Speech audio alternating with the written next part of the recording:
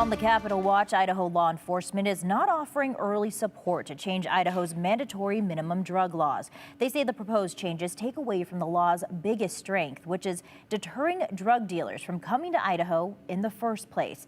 Andrew Bartline talked to the bill sponsors and local law enforcement today. Andrew, what's the disconnect here? Well, in Idaho, anyone with a sufficient amount of marijuana, meth, cocaine, or heroin would be guilty of trafficking under those laws. Police and lawmakers both want to add fentanyl to the list, but additional details are causing a holdup. Idaho law enforcement attributes some of their success to the statement Idaho laws sent.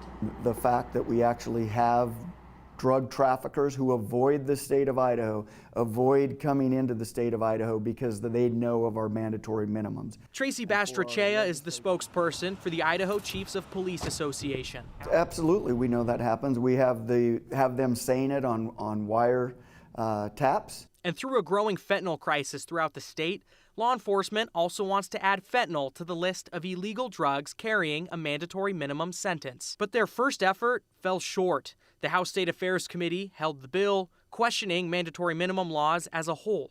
That's very, very frustrating. But very, very necessary if you ask Representative Judy Boyle and House Democratic leader Ilana Rebel. So we were really concerned at kind of the layers of injustice in the current statute and trying to find a way to go after drug dealers without locking up people forever who shouldn't be. You know, I have a lot of respect for her, and she has done this for a long, long time, and it just makes sense that we actually do this now. What they're doing is split between two bills.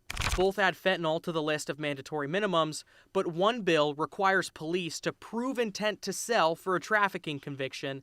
The other bill allows the judge to hand down his own sentence for most first-time offenders. A lot of problems with our current mandatory minimum statute. It allows absolutely no judicial discretion, no matter what. You can be first-time offender, not a dealer, 18 years old, straight-A student. A judge is not allowed to look at anything whatsoever other than the amount of drugs you have on you.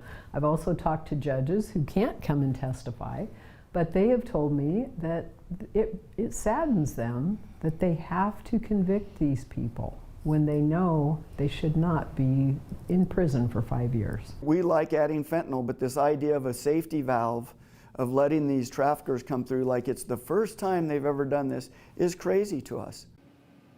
The bill sponsors say no one is getting off the hook. Rather, a judge will do their job to sentence a criminal like they would with any other crime. Both bills printed this week and are in committee. The first bill that goes back to February year, House Bill 67, that has a lot of support from police, that is still in committee too. So time will tell if one of these bills comes up to add fentanyl to the list.